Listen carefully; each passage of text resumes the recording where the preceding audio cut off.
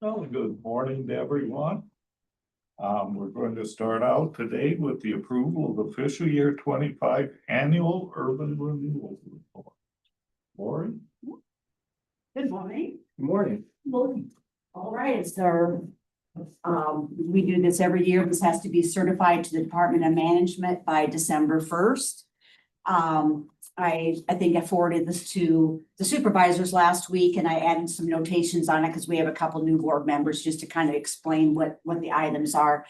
Dickinson County currently has two active TIF districts. The one is East Okoboji Beach, which was deemed back in the day slum and blight. So that one will never have a sunset. So if they would ever have an opportunity for another piece of infrastructure or whatever, basically could borrow and do projects forever. The other one is DC Spirit Lake. Back in the day, Spirit Lake didn't have the bonding power to fund this on their own. So we partnered with them. And that's just actually, it's just one parcel. It's a CFE building that's over by that little strip mall by Hy-Vee. So it's only one parcel.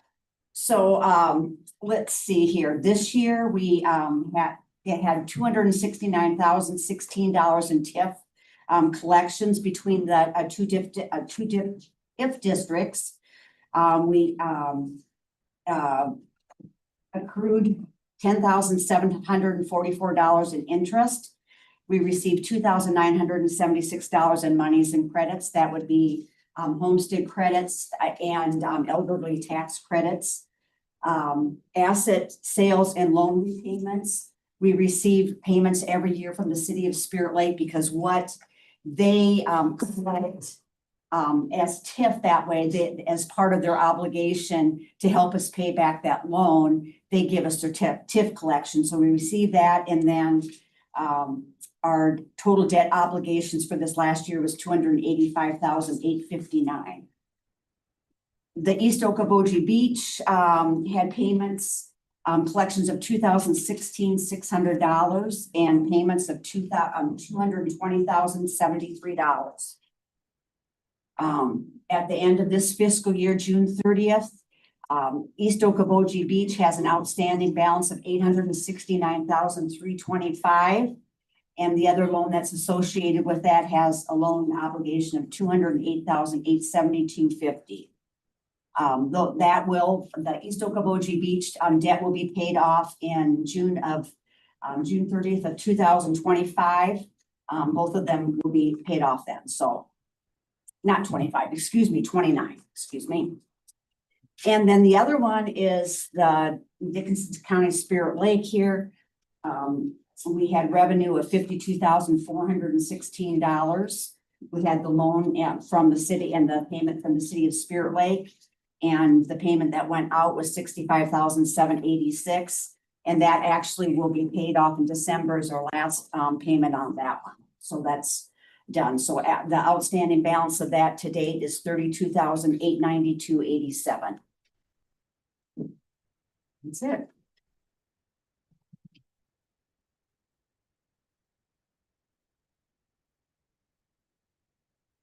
Anyone have any questions for Lori? Then I would take a motion to approve. So moved. Second. Gibbons moved, Mr. Dullard second. Further discussion? Hearing none. Jim? Aye. Mr. Dullard? Aye. Mr. Clark? Aye. Levi? Aye. Dillard? Thank you. Thank you, Lori. See, Lori. Okay, next up, Ms. Ditworth for tell us about the Dickinson County Endowment Fund. Good morning. I'd always like to share an update once we've had our annual grant celebration. The Dickinson County Endowment Fund has been celebrating our grants for 20 years. And so that was kind of a fun event this year just to be able to hit that milestone. To this point, we have granted out 1.9 million, a little over $1.9 million to projects throughout Dickinson County, over 450 projects to be exact. Collaborating with our schools, we've given 104 grant projects in their schools, and this year we had 14 new grants that we gave funding to, and I've provided you with a copy that was handed out at our event. On the back side of that sheet shows you this year's grants. And the inside shows you a piece that we had the opportunity to partner with Lake Life on. And one of the things we talked about during our event was the importance that we've realized with our great partners in local media. They have done a great job, and that's a wonderful example of how an organization, a nonprofit organization, doesn't always have budget dollars.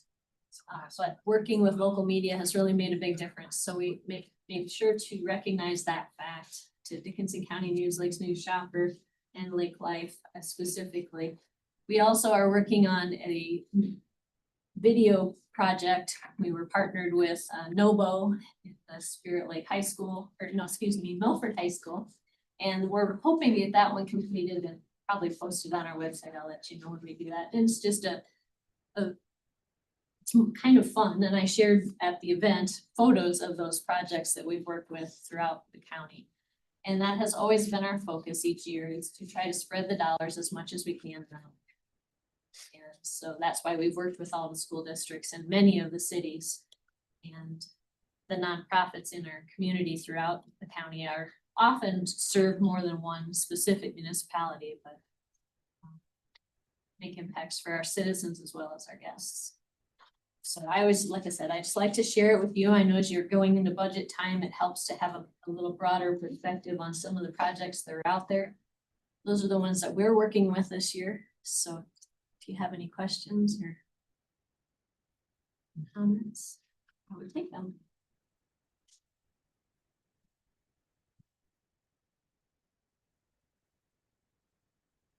We also recognized our founding members. I should also list those because they really gave a lot to help us get started. We have legal perspective from Jim Lattigard, Pam Jordan, former supervisor, Corey Peterson, who was at the time with Iowa State Extension, Joanne McCulloch, who was at RSVP at that point, and I was working with the Okoboji Foundation at that time. In 2005, the legislation was passed to provide counties that do not have a gaming facility with these dollars if we jump through some of the hoops to get things set up. And we chose to, and this is the outcome. So. Any questions for Ann? No, I don't have any questions. I just want to say thank you to Ann for the amount of work that everybody on the committee and her, that joins her in presenting this and getting it done for the community. It's a really great thing. So. Yeah, it is. It's fun. We always look forward to it each year. That it is our one big project that really we work towards every year. We do accept donations from individual members of the community, but mostly our dollars that we give out are those coming from gaming revenues that come to Dickinson. So yeah, and then we have a 9-member board, and that rotates around the county members from throughout the county as well. So it's really very focused on that aspect of, that's the part that I am just kind of another one of the volunteers. I do get a stipend, but those things, that's not the point. The point of it really is just making the impacts in our communities. So we're excited to be able to have that. Thank you, Ann. Thank you. Have a good day.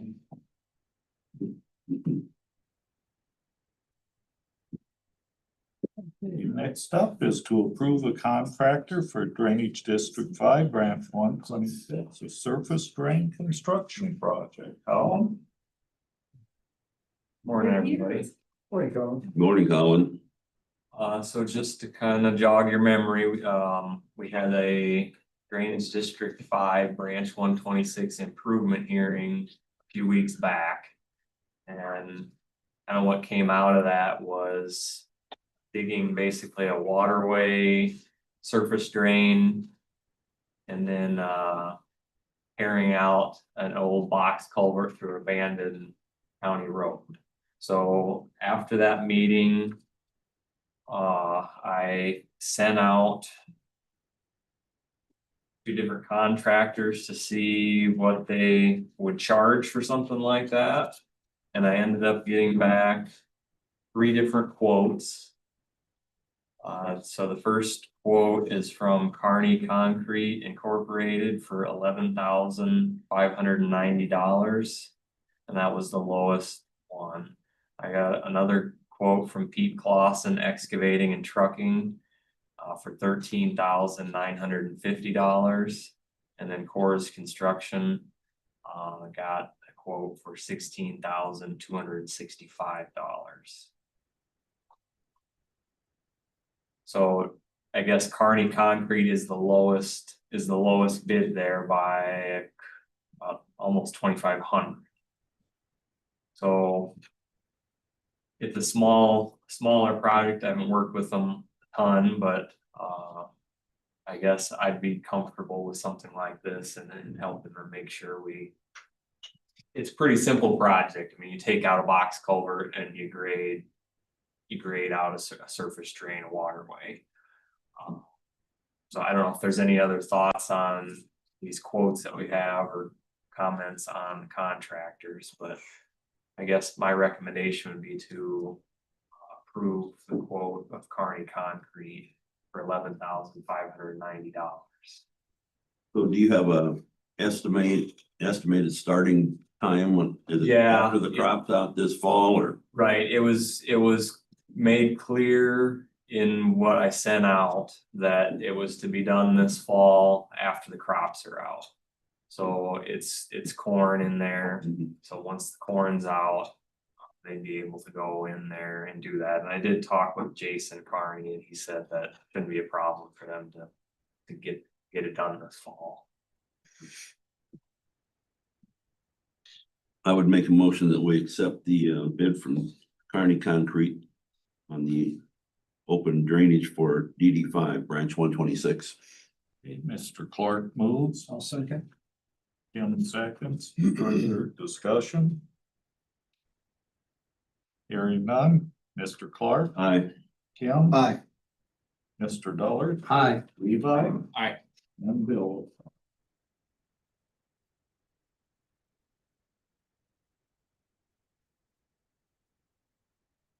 Next up, we have DD 25 branch 48-9 tile repair and reroute.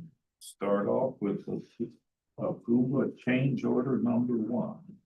Yeah, so this is the project where we were rerouting a tile around an acreage that had lots of free roots in it. That's the project we're talking about. So this change order is to finalize the contract quantities. So some things went down, there was less of it than for example, I had rock in there as an item just in case they ran into some poor soils and they didn't. So that came off. And there was a little bit less footage when we went out and actually located the tile. It was in a little bit different spot than I thought from the maps, which is pretty typical.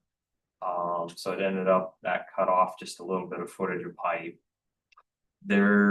Because we talked about at the hearing about abandoning the tile, not just leaving it be for the drainage district, but actually like capping it off and making it inoperable. And so we did that. Obviously, if there's stuff hooked to that, we have to get that to that new tile. There was a couple intakes right on the edge of the tree line that take water and are connected to that old tile that we were abandoning. So one thing we added in was to run those over to the new tile that we put in. So those intakes can continue to function, but they're running to the new tile. I guess the comment I would make on that is I want to make sure it's clear, like the tile that was put in, the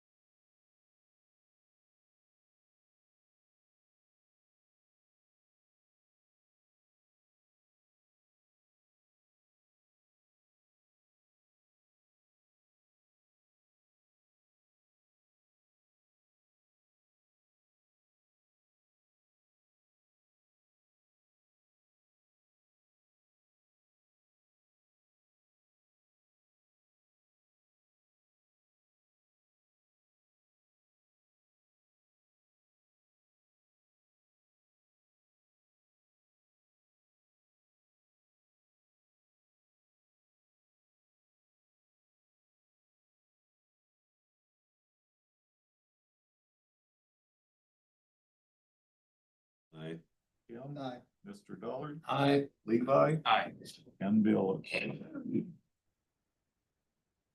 You're up, Jeff.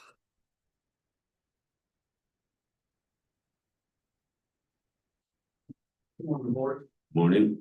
I have two items on the agenda this morning. First is discussion on request for repairs at Point District 61, branch 399 West 46 tile, and receive recommendation from Board of Supervisors to appoint an engineer to investigate potential root problem and prepare a report.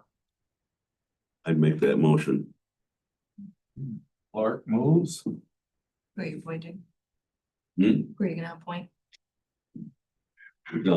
I'd recommend James. Colin since he's familiar with the Yeah, drainage district. yeah, Jacobson West Garden, so.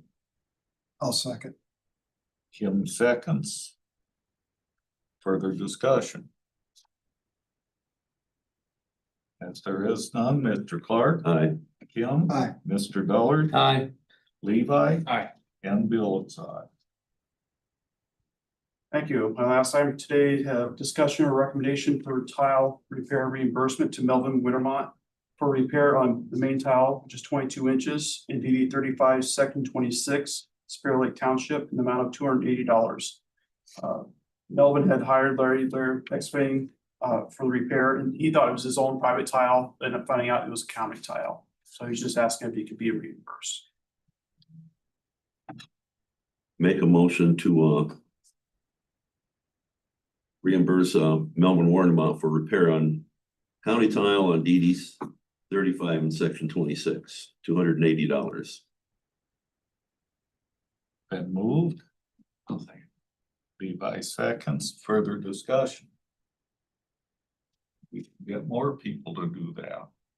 And then forget telling us about it. He felt kind of bad that he went ahead and had it fixed, you know, without permission, but he had the guy right there doing it, and we worked with Larry before. And, you know, not worried about his work. It's just one of those things that it probably would have cost more if we'd have told him to come back later, so. Is there any further discussion? If not, Mr. Clark? Aye. Levi? Aye. Mr. Dollard? Aye. Kim? And Bill is aye. That's all I have for today. Thank you, board. Well, you got that bridge out. Yes. Talk about that. Yep, culverts are out and 834 is open. How many cars have driven in? As far as I know, 0. Excellent. We want to keep it that way. Thanks, Jeff. Thanks, guys. Before you go, Jeff, what did you say that had to be done yet on 843? You have one more report to receive or to submit? 843, we're waiting for some clearances. I believe the one is Army Corps of Engineers, and we can try to get a bid set together. Okay. So that we're waiting on FEMA on that. Yeah, we still haven't got any application for FEMA, but the other drainage districts, we've been getting closer, so I think the application will be coming soon, but I'd like to get the bid letting going. Okay. All right. Good. Thank you. Okay, next up is the approval of resolution 2025-26 precinct election official wages. Jordan? Dickinson County Precinct Election Official and Support Staff Compensation Resolution. Whereas the Dickinson County Board of Supervisors acknowledges the importance of precinct election officials and support staff in the election process. Whereas the Dickinson County Board of Supervisors approved the following hourly rates for precinct election officials and support staff effective September 23rd, 2025. Precinct election officials and absentee board, $14 an hour, and temporary election officials in-house, $14 an hour. Whereas the Dickinson County Board of Supervisors approves a mileage rate for all election workers at the annually approved county mileage reimbursement rate. Therefore, be it resolved that the Dickinson County Board of Supervisors adopts the salary recommendations for the listed workers, which will remain in effect until a new compensation policy is passed. Okay. What brought this up? Oh, we had it set for the precinct election officials and absentee board at $13 an hour and the in-house at 14, and so we just wanted to make it the same. They're both important.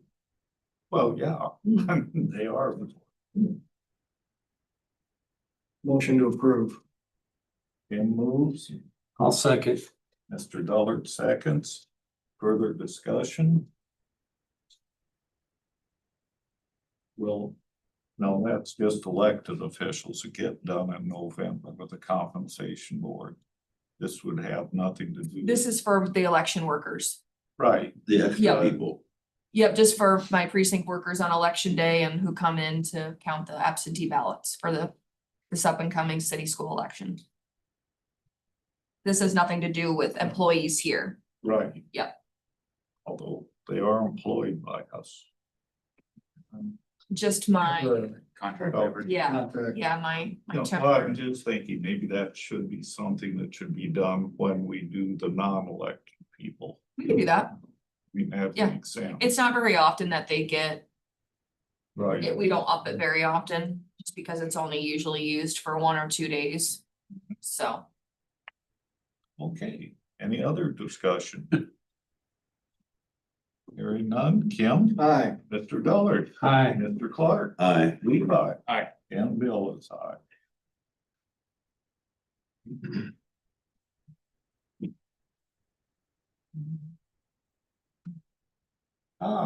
Mike, you have some good news for us, I bet. Finally. Morning. Morning, Mike. Yeah, we were finally at a point with the radio project where we're at closeout. I know we had hoped to get this done back in May or June in the last fiscal year. However, one of our radio techs was working over across the street in the radio room, and one of the new pieces of equipment was intermittent into failure mode. So we called Motorola, they came in, determined they needed to replace that piece of equipment. There was something defective with it. So fortunately, we found that, before we closed everything out. So that backed us up to today. We had to wait a month or two for that new piece of equipment to come in. While they were there, they also replaced some cables that were put in over there. They were working, but they weren't quite as long as they would have liked them, and they were just a little tighter on the connections and things like that. They wanted to make it right, so they did that while they were replacing this other piece of equipment. So that is all done. It really didn't impact the operation of the system. We didn't notice any issues with it, but again, it was an issue that still needed to be resolved. So again, we're at a point where I think we can finally close this thing down and begin our 1-year warranty, and then we go into maintenance after that. The upside of this is we got a little extra warranty, I guess, if you think about it that way, because we started this using it in January. And now we're in September. So what is that? 8 extra months we got basically of using the system with the warranty. So we got a little extra warranty out of them for that. Anyway, we've gone through the punch list. Everything there has been completed by Motorola. Again, the system continues to perform very well. Obviously, we had it on all summer. We started out with winter games. It worked great for us there. We've had multiple large fires this last spring, multiple departments that have seen it worked great every time. Then the summer, of course, just our general summer traffic, but then of course we had rag come in. So Sunday in Milford, with everything going on down there, we were able to pull Milford PD and the 10 extra officers that they brought in to help completely separated them from everybody else in the county so they can operate, didn't interfere with anything else going on in the county. It worked great. And we did the same thing next day in Superior. We had Superior, the deputies that were over there off on their own channel and kept all that traffic away from everybody else. So everybody else could do their day-to-day stuff. And I can tell you with our old system, they were over there using their portable radios in Superior. They would not have been able to talk to dispatch from Superior. They would have had to go back to their car, or everything would have had to have been relayed through our command trailer. So it just continues to work very well for us. And again, they're all very appreciative of the system and appreciate the board for going through the system, I guess almost 3 years ago now. So any questions? Or In testing, did you find any dead spots? Like some buildings you couldn't use, wasn't the hospital? so the basement of the hospital was, but again, our system allows the radios that we purchased allow us to use Wi-Fi as a backup. So we work with the hospital, we have the radio set up so that when they go in there, or when they go to the hospital and they get in the basement, the radio discovers that it can't reach the tower anymore, but it's connected to their Wi-Fi, it will switch over and use that system instead. So we have that ability there. We can also do that in the schools if we need to. We have the school set up for that. But we have not found a spot in the schools yet where we have not found a dead spot in the schools yet. And that's between our SROs that are in the buildings, plus the schools are also on the system and they're using portable radios around their buildings. And they tell me they haven't found anything yet either, so, which is good. How often do you test that? The Wi-Fi connection, Any connections in the schools or I mean, just anywhere simple, else? just simple day-to-day use. We don't go around doing tests, you know, on any kind of regular basis. It's just when they're out there day-to-day using it. Like I said, the school employees, they have portable radios, so they're in and out of the buildings all day. Our SROs are in the buildings. And then our officers are just out on the street, you know, using it, and so far have not been made aware of any bad spots. We did do, as part of the system back this last spring, we did do a drive test with Motorola. That was part of the project where basically we drove every road in this county and they had it set up with the radios and they monitored the signal, and the signal was very good everywhere we went in the county, which is what we paid for. So that's exactly what we were hoping to find, and we did. We have had, I did pull a few numbers. We've had since January 1, 175,418 what we call push to talks, or that's when the officer keys up the radio. So that's an average of 662 per day, or 28 per hour, that the officers, schools, everybody that's on a roads department is using the system. Yeah, one more thing, the roads department, they've been on early because they're all in truck radios. So it has improved their system greatly. Prior to, on their old system, you get out the corners of the county and they could not talk to each other. It was complete static for them. So that has been fixed, and they have excellent coverage, just like everybody else now. So you have any, No problems with us. good. How would it work up in Minnesota? We can get into Minnesota a little ways. On a car radio, you can get just about, you can get to Windham, and when you start going down the hill, then you'll lose it. Portables, you won't get that far, of course. But we have worked with Minnesota, the multiple regional meetings, and sat in on the state meeting. And we were able to get access to their radio system. They gave us, I think, 300 radio IDs for their system. So this fall, I'm going to be pushing out an update to all of our public safety radios with Minnesota system in it as well. So if we do go across the border, whether we're going to a call or maybe a pursuit goes into Minnesota, we'll have access to their radio system so that we can continue to communicate with them. You know, we do have 2 fire districts that go into Minnesota, like Park and Spirit Lake.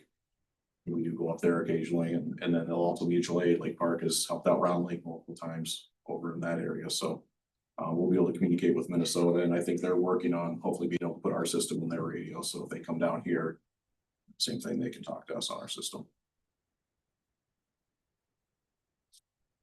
I'll make a motion to accept the project closeout.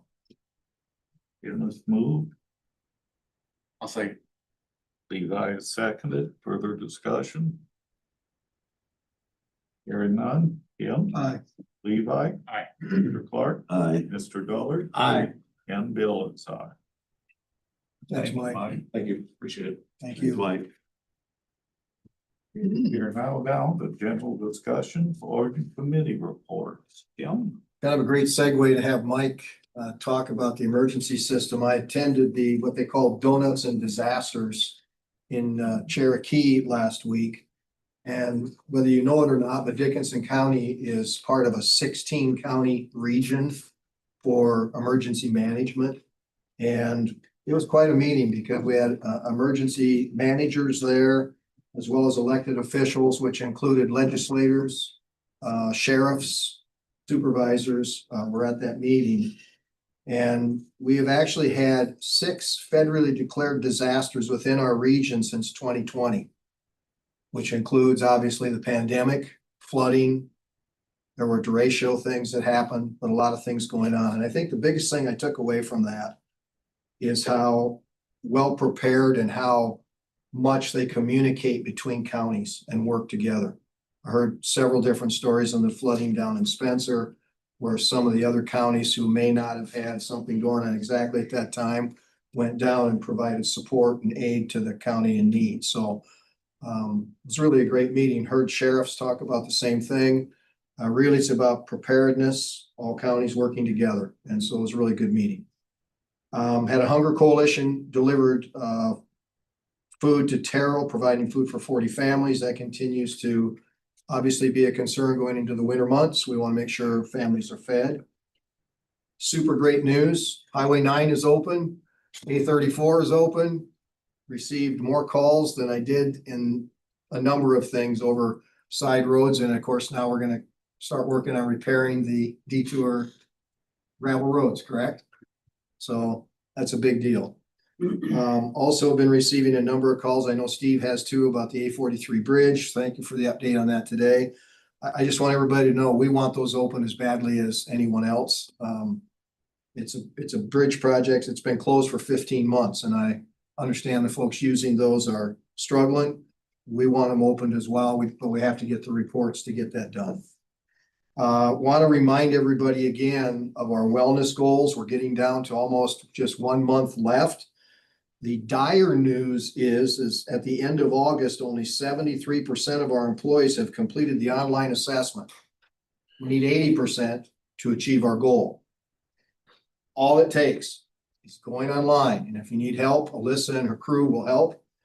Go online, fill out the report, takes less than 5 minutes, and we will achieve that. So we need 7% more of our employees to do that. Only 40% of our employees have completed their physician physical. I know some of them it's on an annual thing, so we're gonna have a lot of them here in September and October that will be completed. We need 80%. And I cannot tell you enough. We need to reach this goal to save 5% on our insurance premiums. If we do not, and our premiums go up, we're seriously gonna have to take a look at raising those rates to our employees, and we don't want to do that. So department heads, please encourage your employees to get these done. Thank you to the board. I know all 5 of us have completed both. Appreciate that leadership. Please, let's get this done. We've done this for 7 years in a row. Let's keep doing it. That's all I have. Okay, thank you. You're welcome. Mr. Delbert. Yes, sir. On the 16th, I attended the Milford Utility Boards. Went to their last public hearing on the water system that their new water plant and water system and whether they want fluoride in the water. That was quite interesting with people that were talking, and that they tabled the vote on that until their next meeting. So some of the board members were back and forth on both sides of whether it's a good thing or not a good thing. And I don't want to interject my own personal feelings on that. That's, on Wednesday, Bill and I attended the Veterans Board meeting, and we discussed a lot of very interesting things in that meeting. We asked Bill to cover some of the stuff for it, and then we'll be bringing more information as we progress. We'll be bringing more information to the board on possible funding changes and so forth. With that, that's the biggest part is the drainage, as well as the drainage issue's got to be solved. On the 18th, I attended Rides Board with Bill, and there was one question about nepotism that they brought out, hire another employee, and Bill was the only no vote on that. And I'll let him explain that, but it's interesting and it's a learning experience for myself. I've also tabled some calls about speeding on M56. And that's pretty much it for a week. Well, that's pretty good. Steve.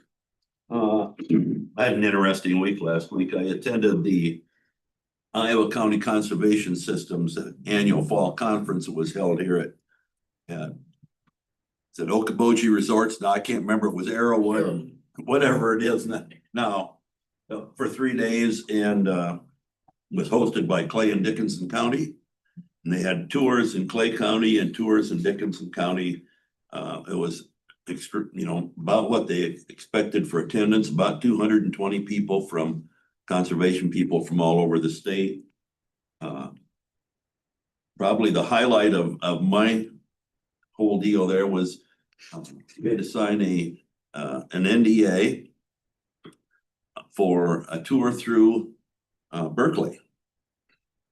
And it is amazing what they're doing at Berkeley's in there when you get in and see that. And we're really fortunate to have such a progressive and outstanding company here in Dickinson County. It's just, I was just amazed by all the things they do.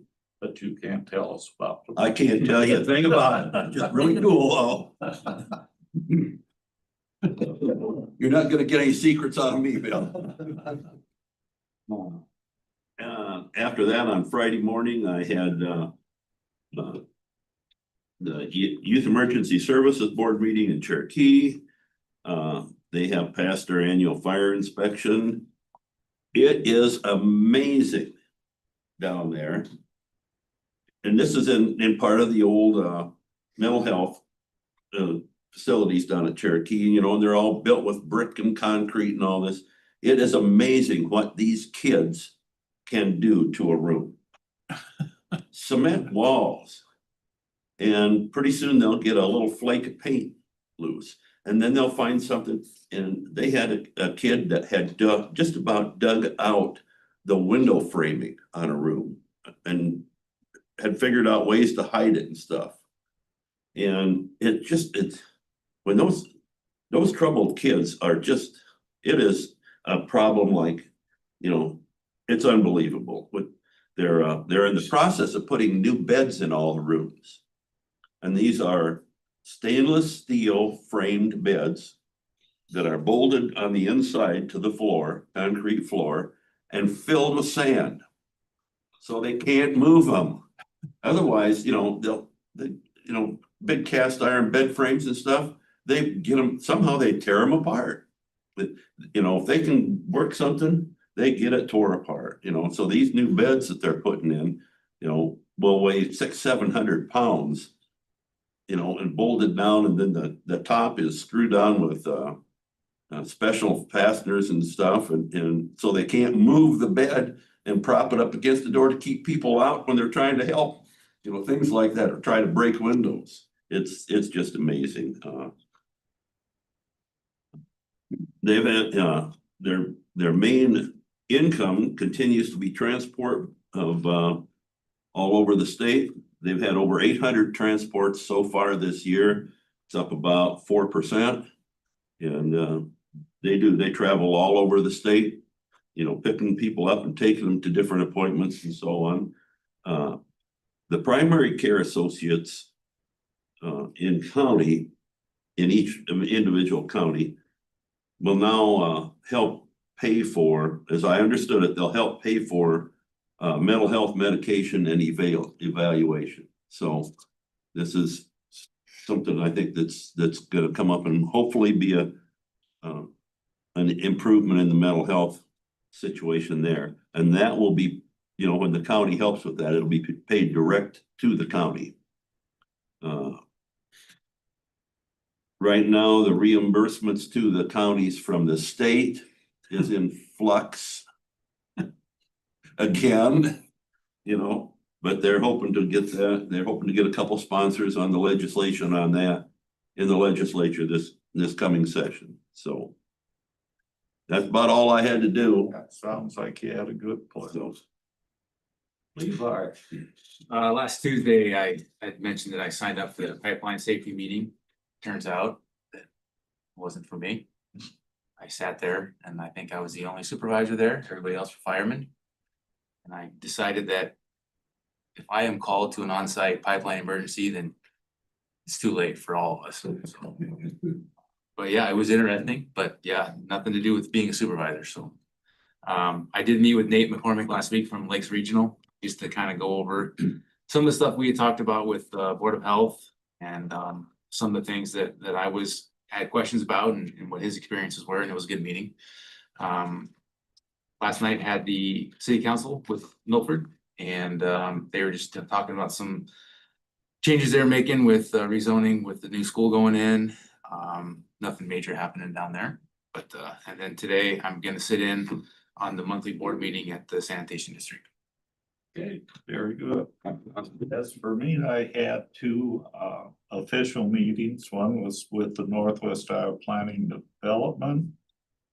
And in looking over the finances, I was amazed at the number of disaster recovery homeowners, something or other, that are being paid out. A lot of them aren't very big. I saw the name of one of my ex-students in there, and he got a loan of $68. So, but I brought all that with me and just page after page of loans from the Spencer flooding. Also, and Jeff, you probably had something to do with this. The transportation program, federal. Did you put in anything on that? Okay. Anyway, Dickinson County has a couple of bridges and a trail to Spencer in here. I also did the rides board, and Steve had mentioned the what I thought was the, I guess you'd call it, highlight of the meeting. One of our board members has a wife that has a doctorate in education, and she's retired, and so now she wants to drive bus.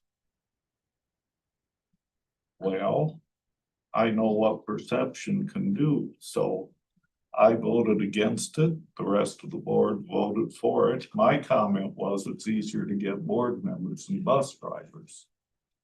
But so anyway, I support the motion. And I was also asked, Hugh Lively asked me, took me in the back room and said, that board member of yours wants to have the information for the meetings. Is it okay if I send it to him? I said, sure, I mean, why not? So if Steve's going to continue to come to the meetings, he'll know what we're talking about. And that was pretty much my week.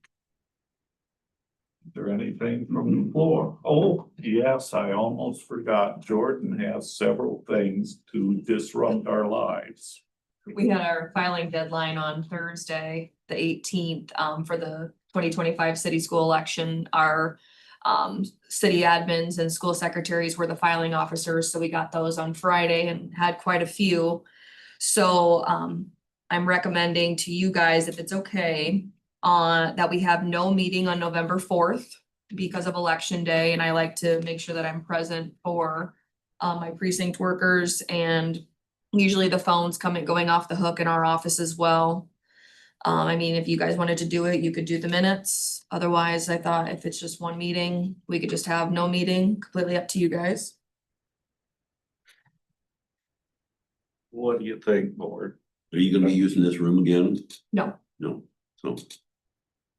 Okay, I think we could have it.